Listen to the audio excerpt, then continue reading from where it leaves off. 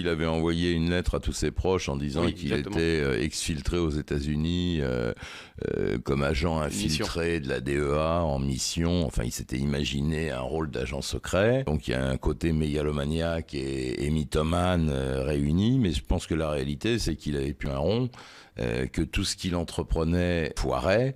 Et qu'il était à l'agonie, il était surendetté, il ne rentrait pas un rond par le biais de ses entreprises, il avait emprunté beaucoup d'argent et il était vraiment au bout de son chemin, il ne pouvait pas aller plus loin, donc il ne pouvait plus payer son loyer, il ne pouvait plus nourrir sa famille, il ne pouvait plus rien faire, il était au bout de sa vie, tout ce qu'il avait entrepris, bon, il avait un train de vie, c'était un milieu catholique bourgeois qui vivait avec une certaine aisance, et il a absolument tout cramé, y compris l'argent qu'il avait emprunté. Et dans ces cas-là, il n'y a pas 36 solutions. Soit c'est la banqueroute totale et la femme réalise d'un seul coup qu'elle a épousé un bon à rien.